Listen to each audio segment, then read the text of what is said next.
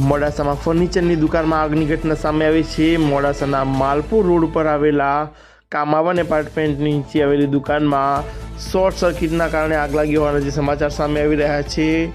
ફર્નિચરનું કામ કરતી દુકાનમાં અચાનક જ આગ લાગી અને તેને કારણે અફરાતફરીના દ્રશ્યો સર્જાયા છે। મોડાસામાં માલપુર રોડ પર દુકાનમાં આગની ઘટના સામે આવી છે। મોડાસા નગરપાલિકાનું ફાયર વિભાગ હાલ ઘટના સ્થળે છે અને જે પરિસ્થિતિ છે તેના પર કંટ્રોલ મેળવવાની જે કામગીરી હાથ ધરવામાં આવી છે। તો સાથે જ બનાવને લઈને લોકોના ટોળા એકઠા થયા છે। મોડાસાના માલપુર રોડ ઉપર ભેરુનાથ એલ્યુમિનિયમ નામની દુકાનમાં આગની ઘટના સામે આવી છે।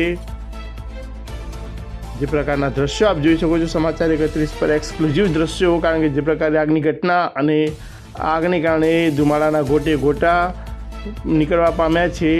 એલ્યુમિનિયમ અને પીવીસીનું ફર્નિચર બનાવતી જે દુકાન છે તેમાં આગની ઘટના સામે આવી છે। માલપુર રોડ પરની ઘટના કે જ્યાં અચાનક જ આગ જ ભભૂકી અને તેને કારણે હાલ જે લોકો છે તે ઘટના સ્થળ પર છે અને ફાયર વિભાગ દ્વારા જે આગ ઉપર કાબૂ મેળવવાની જે કામગીરી છે તે શરૂ કરવામાં આવી છે।